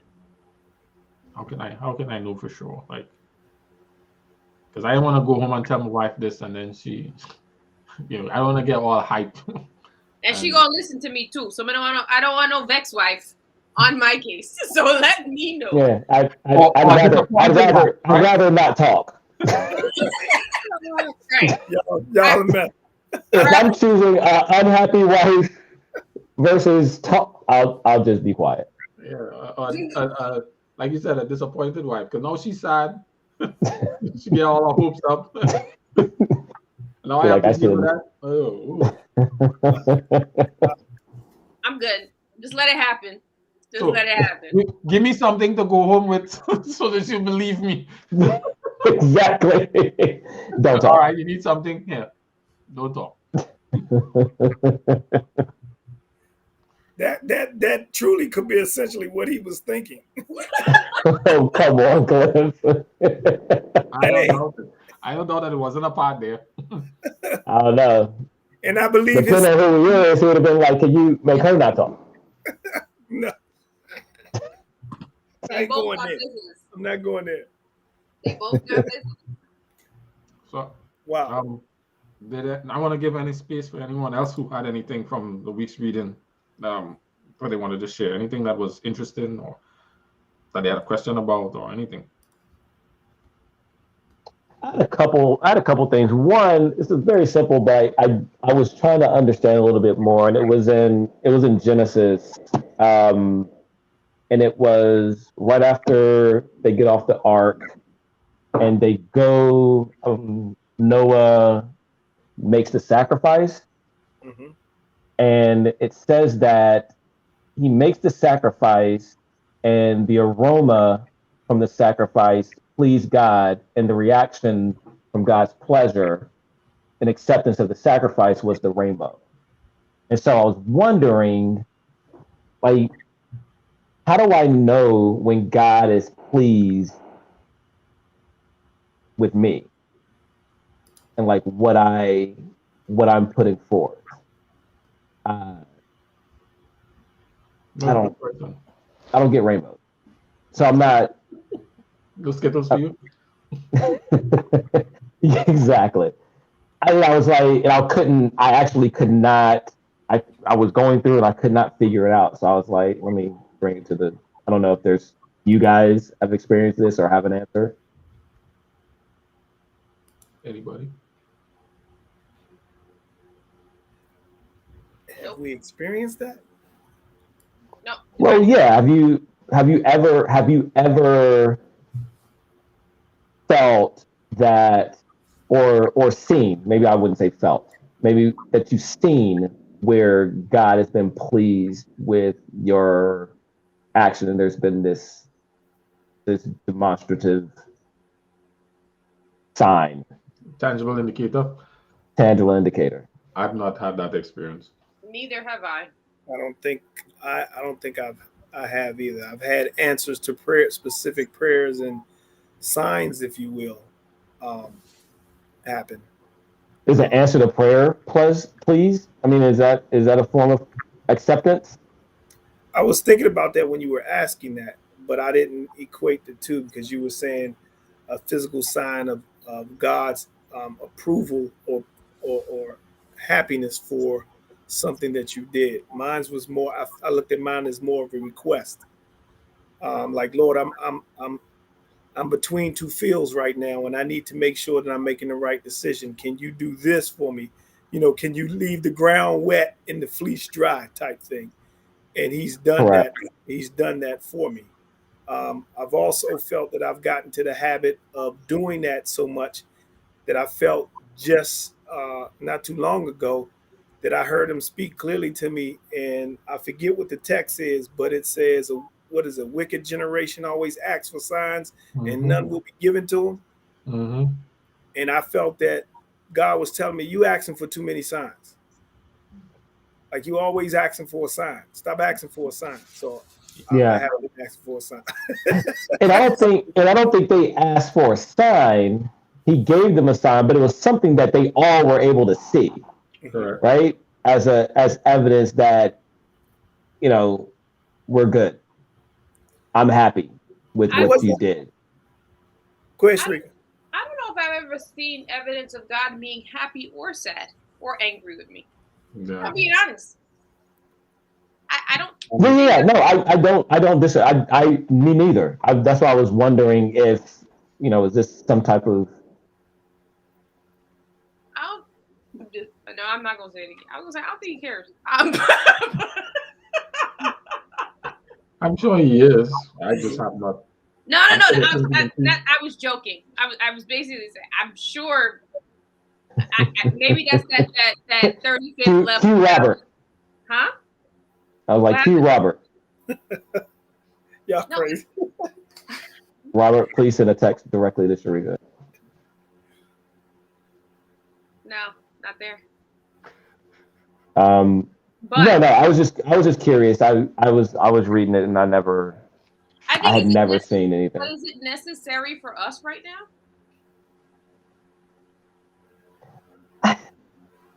I guess it'll be nice. What does it I do? don't know if it was necessary. I don't know if it's necessary for them.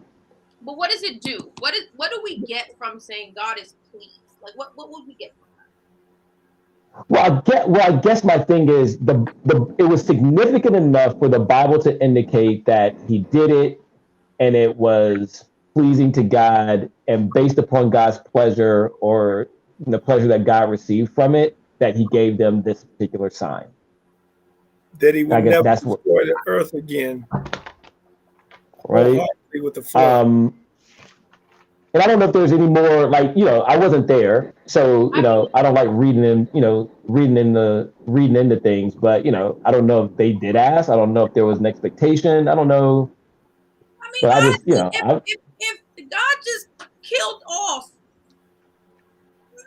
millions, probably billions of people at this point, yeah, I'd like to know you finish. I would like to know that we made it. You know what I mean? I feel like that's significant. I think that's worthy. You're standing there. No, I think no, that don't mean nothing. That don't. You're standing there with all these animals. No, I'm gonna tell you why it don't mean nothing. Because clearly it never rained before, and now we's here by ourselves, and now it's like, you know what? How the heck are we gonna survive? Oh, okay, you done? I'm glad, because that's helpful. It's helpful to know that I'm not gonna be like Moses, that I'm gonna take y'all out of here, and then all of a sudden we get into the waters and stuff, and I can't go in. It's helpful to know that you're pleased and you're not gonna kill me off too. The end. I mean, I don't know. I don't Yeah, I mean, whatever. It stood out to me because I've never. I feel like if we were to know if God was pleased with us, it would make us. What's the word I'm looking for? How do you feel like if your mother or father, if you knew that they were pleased with something that you did, I would assume that, like for me, even though I couldn't care less about what anybody, like their idea or thoughts or whatever about me personally, if it's my mom and my dad, there is a little bit of utility and satisfaction there that plays a role. Like there's something there. Is it self-serving though? What do you? No, it's just you like to make your parents proud, man. Yeah, but then, and so like for people like me or you, and this is a moment in time. Glad you were proud. Don't get used to it. I'm gonna embarrass you tomorrow.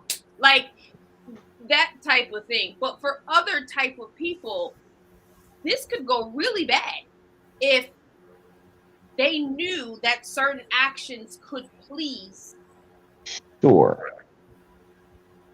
or displease.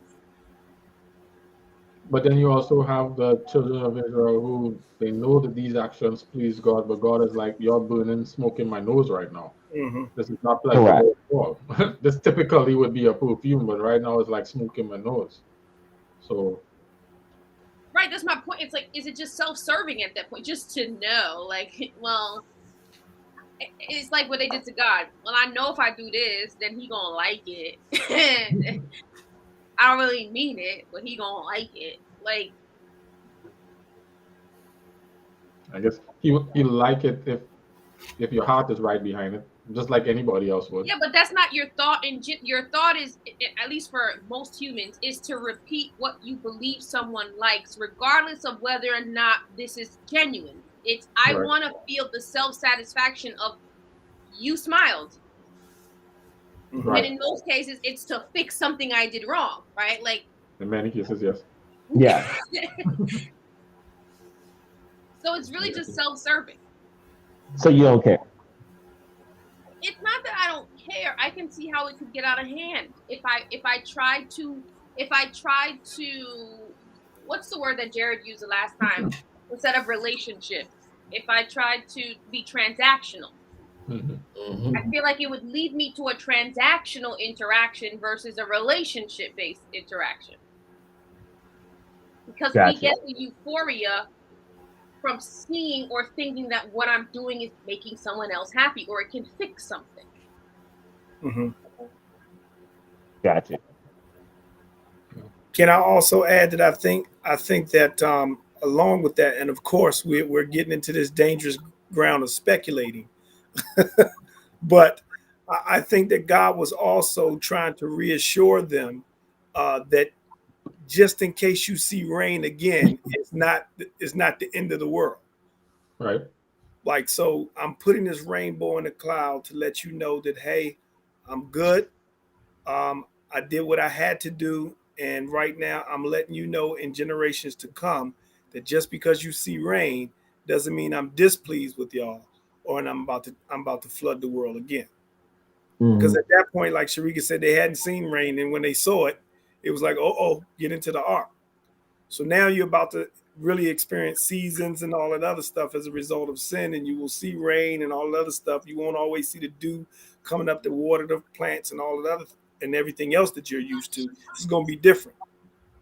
So here's my covenant with you. Every time you see this rainbow, remember I'm still good to a certain extent. Right. What do you think, Jerome? You got that look on you. No, I agree. I think the God will show us His approval of things. It probably won't be a rainbow. To your point, it might just be an answered prayer. It might be because I've done things with Him like you, where it's like fleece is wet, ground is dry, or whatever, right? And He indulges us sometimes. But to Sharika's point as well, it's like you can get caught up in that, and then instead of the relationship, full well God is telling you something, but you busy trying to get a sign because you want to do something else. And He's telling you, Spirit is telling you, no, go left. You're like, I really want to go right, so could you make it happen, right? So you will get little confirmations. I think it probably won't be something as big as a rainbow unless it's a rainbow that everybody sees. I have one more thing. Okay. Oh boy.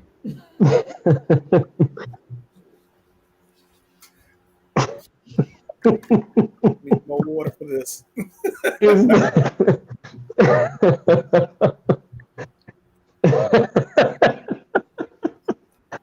Is the feminist movement in direct opposition to Genesis 3:16?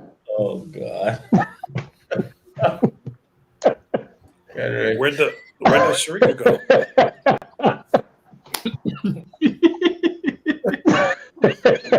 Oh yeah. That was night, folks. It's been real. It's that time of the night.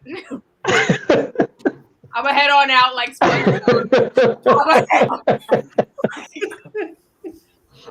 We don't have to answer it. It was just when I was reading it this week, I was just like, this is not. No, let's read it. What is it? Let's read it. Genesis 3. What? 3:16.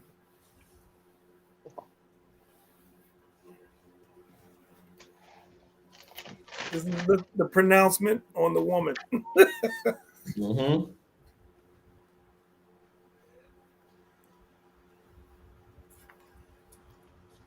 How are you defining the feminist movement?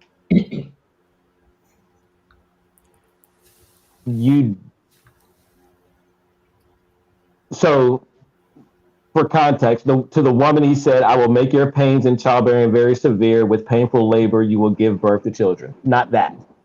No, the part that I'm going to chase my husband, but he going to rule over me. Your desire will be for your husband, and he will rule over you. Right, that part. How are you defining the feminist movement? The not a portion of it being, I don't need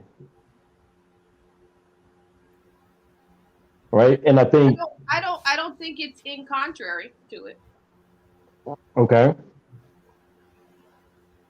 I Because mean, and the reason why, and within context, it goes back to, there was always going to be like this push and pull, like God created, that was the punishment. There was going to be this kind of butting of heads over time, I'm not sure it was a punishment more than it was a consequence.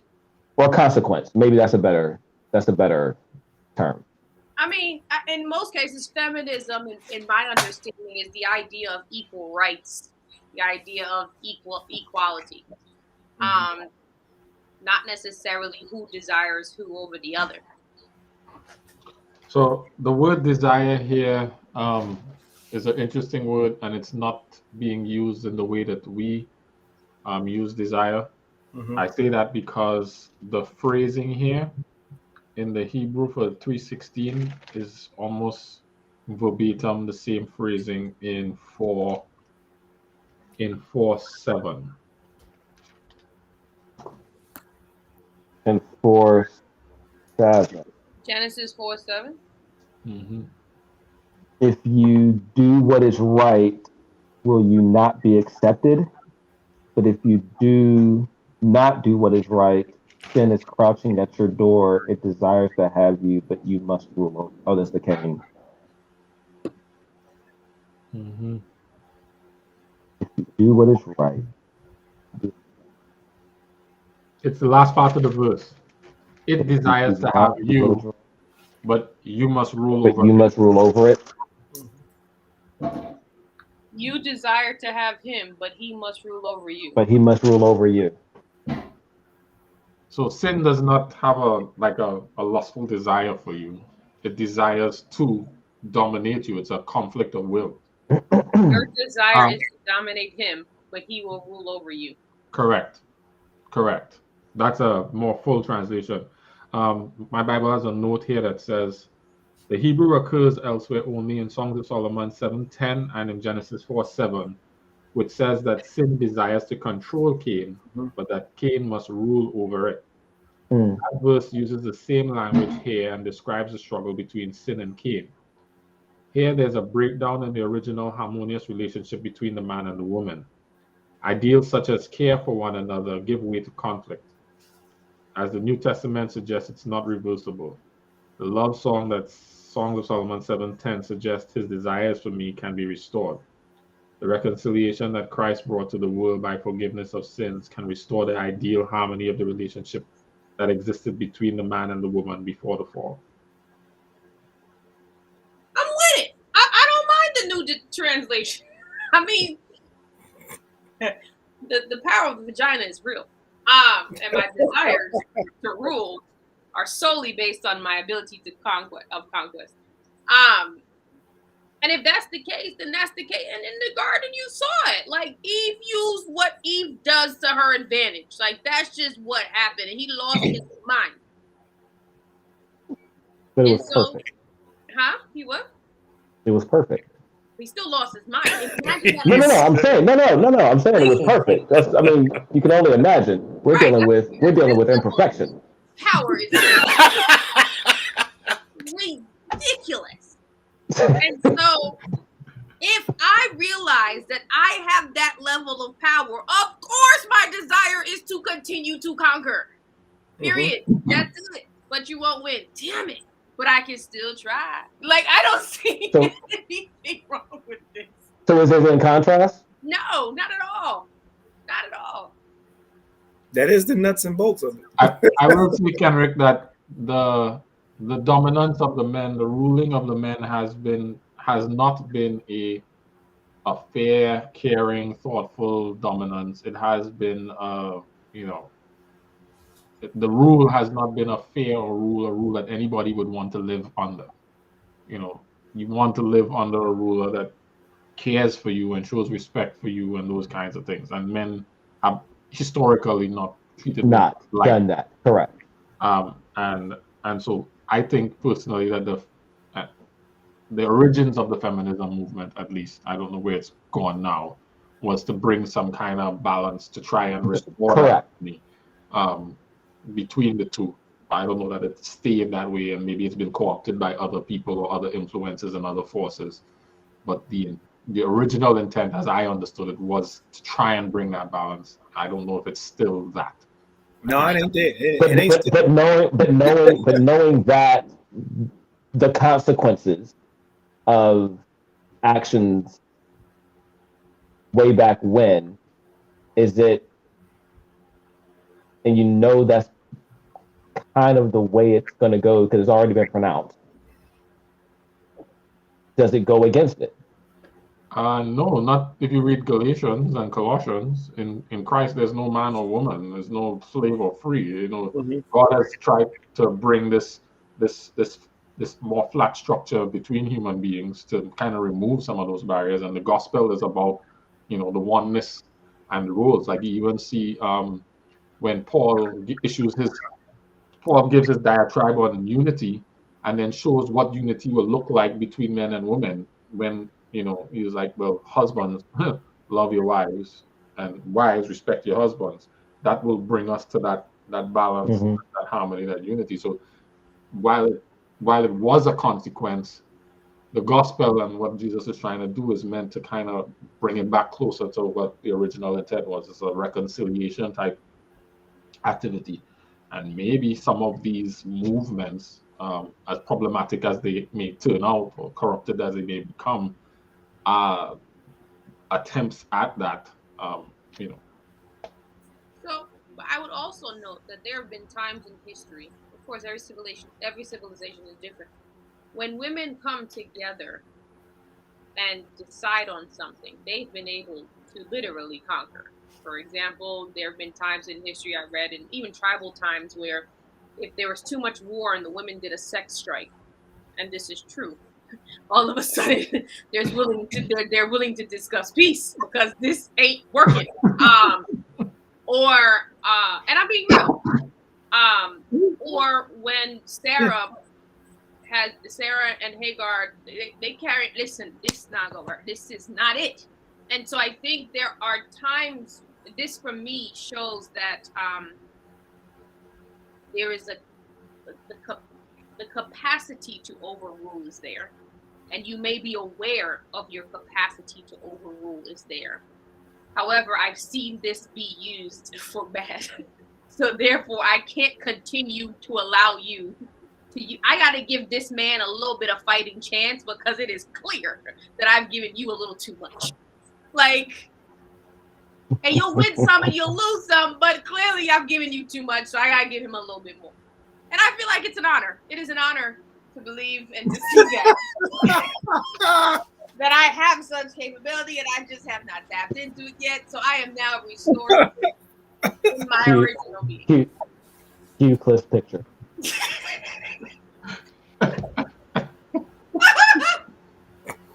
So, no, I think, yeah, I'm with Jared on the historical part, but I also think that we have to understand and recognize the amount of power that was really given to women. And it had to be. No. Yeah. No, it makes Jared's explanation makes sense. Yours does too, but I think we'll ride with Jared. Yes. All right. So just one thing I wanted to include before we close. We did a word study in Luke about recognition, but we didn't actually look at the words for judge and condemn. We just went with our English understandings, and I wanted to just throw them on the table just so that it could be a part of our conversation as we close out. So the first word for judge there is a word called krino, and it's to distinguish, that is to decide mentally or judiciously, to avenge, to conclude, to condemn, to damn, to decree, to determine, to esteem, to judge, to sue. Oh, really?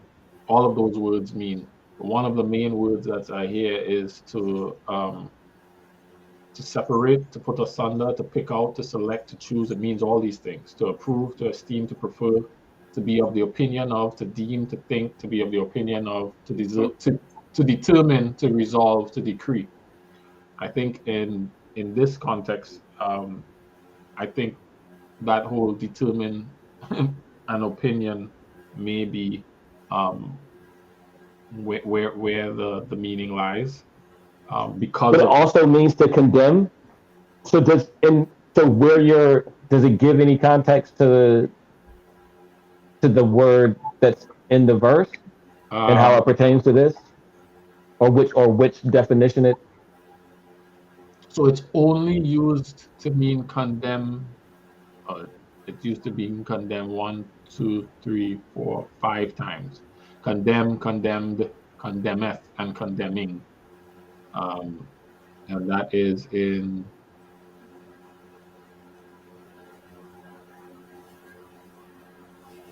Hold on, it doesn't actually take me there. But yeah, it used to be condemned. That's one of the words that the English words that they translated it to. So I guess because of the English, condemn and judgment can be the same thing. Mhm. But there's a whole separate word for what they used as condemn here. Got you. I'm gonna bring that word up as well. That's another word. The word that condemn here is a bigger word. Katad, adzo. It means to condemn. It means to pronounce guilty. Mm. So it's more specific. And ironically, it's only used. Uh, it's used in Matthew 12:7. But if you had known this, I will have mercy, not sacrifice. You would not condemn the guiltless. Mm-hmm. Matthew 12:37. For by thy word shalt thou be justified, and by thy word shalt thou be condemned or pronounced guilty. It's used in this verse. And then it's used in James 5:6. You have condemned and killed the just. So condemned in terms of pronounced guilty is a whole nother word.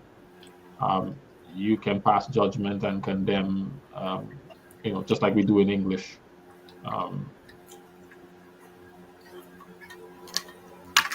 yeah, but it's more in terms of not the finding of guilty, but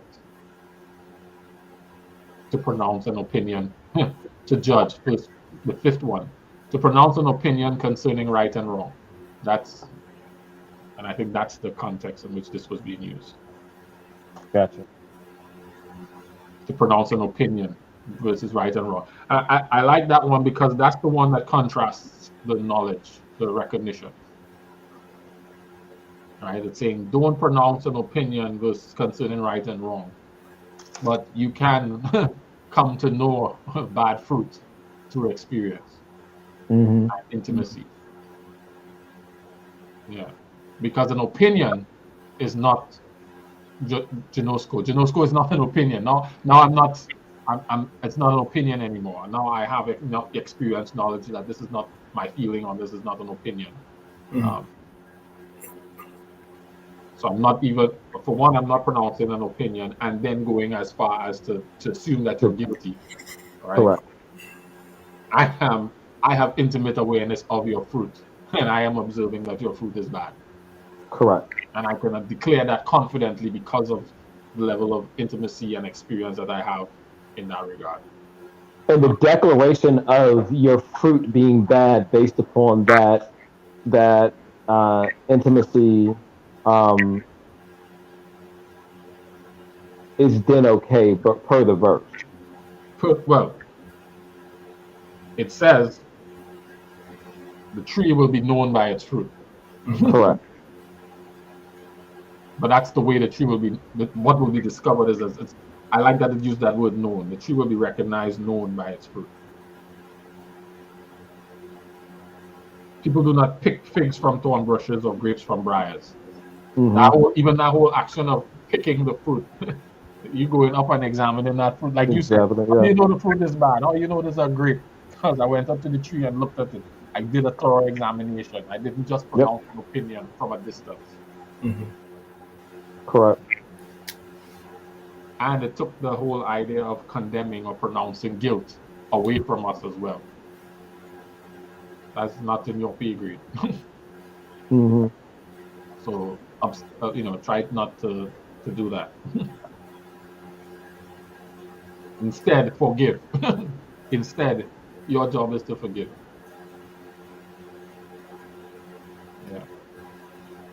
Yeah, that was a word. I just wanted to add that in there. I think it aligned with where we ended up and what Jerry's mother had said. But I wanted us to actually look at the words before we close out. See if that added any additional thoughts for you. Cool. All right, we at 10:06 on the first Friday in the new year. We're gonna go ahead and do our takeaways. For those of you who are on with us, if you have any takeaways, just please feel free to share them in the chat. You'll watch what we do, and if you have any similar thoughts, we'd love to hear them from you. Please share them with us. Courtney, I'm gonna start with you today.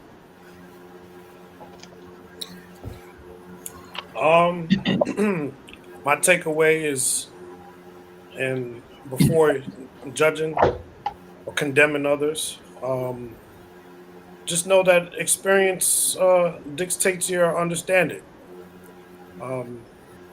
Yeah, that's my takeaway. Good. Derek? I think my takeaway is just listening to how this experience, this engagement is actually um, changing how we see and relate to God. And I think it's leading to a transformation that is real and not just something that is, confined, scripted. Yeah. Sweet. Bishop?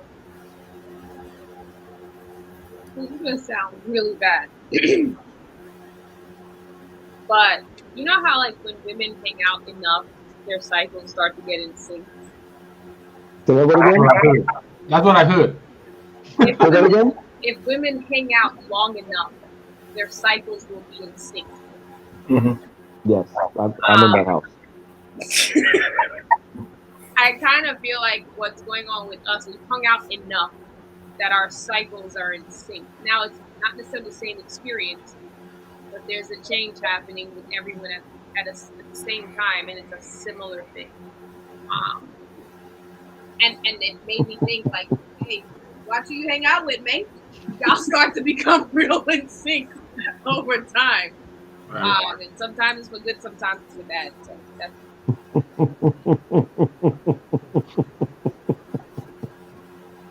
Yeah.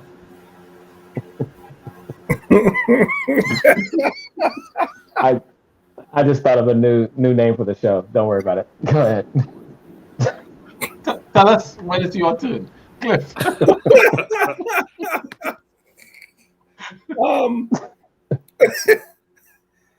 Y'all crack me up. I think my takeaway is going to be if you decide to cast lots and God lines up everything in sync, don't ask why.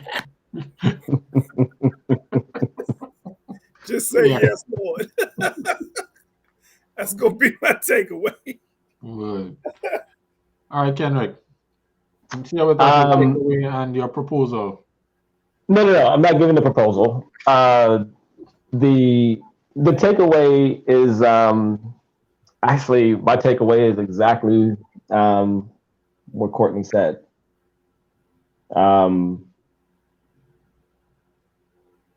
Yeah, I mean, before you cast judgment, you have to have an intimate. You look at a lot of damage that's been caused in relationships, and you look at people that have been hurt, and I'm not just talking about like within congregational organizations. I'm just talking, family. A lot of stuff. If people actually took the time to actually be intimately involved, and understand the situation, a lot of that hurt could be, the guy wasn't something that was kind of random and abstract. Right. And so that was a big deal. So yeah. Mine was the presence. if you're not going with us, don't send us up from here. Let us figure out a way that your presence can stay, so I don't end up like Saul. But don't send me up from here if you're not coming with me. And that the presence lingered for as long as it did. I am extremely grateful for for that lingering, even though we may have had to relocate, out of the garden and out into the land that we had to dig and till and all that drama. But the presence lingered is a big deal for me, and I'm much appreciative for that. And so I'm gonna try and turn around on the other side of the bed, Sharika, and start having that conversation. Start having that conversation. You know what I'm saying? Yeah. I'm a roll over. Since you're still in the bed, because you could get up and leave. Yeah, you can't get up and leave. Exactly.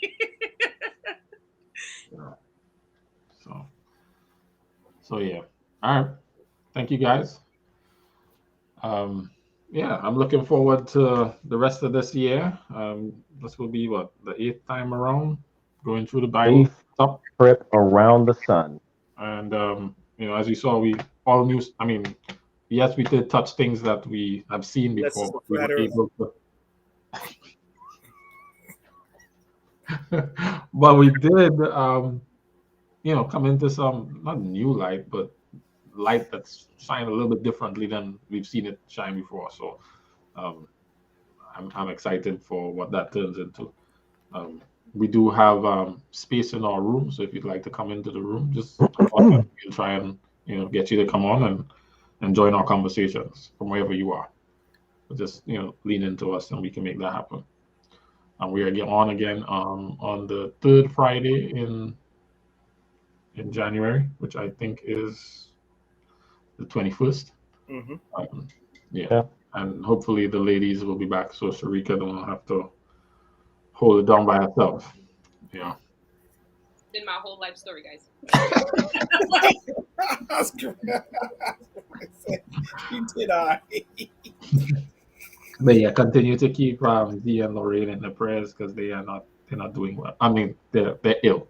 Let's say that they're ill. I don't want to say they're not doing well and make you think that they're not well. They're ill. So keep them in your prayers, and so that we can, so that we recovered by the time we get around to the next time we meet. All right. Sure. All right, guys. So until the next one, drink up, drink deeply, and we'll see you in a bit. Hey.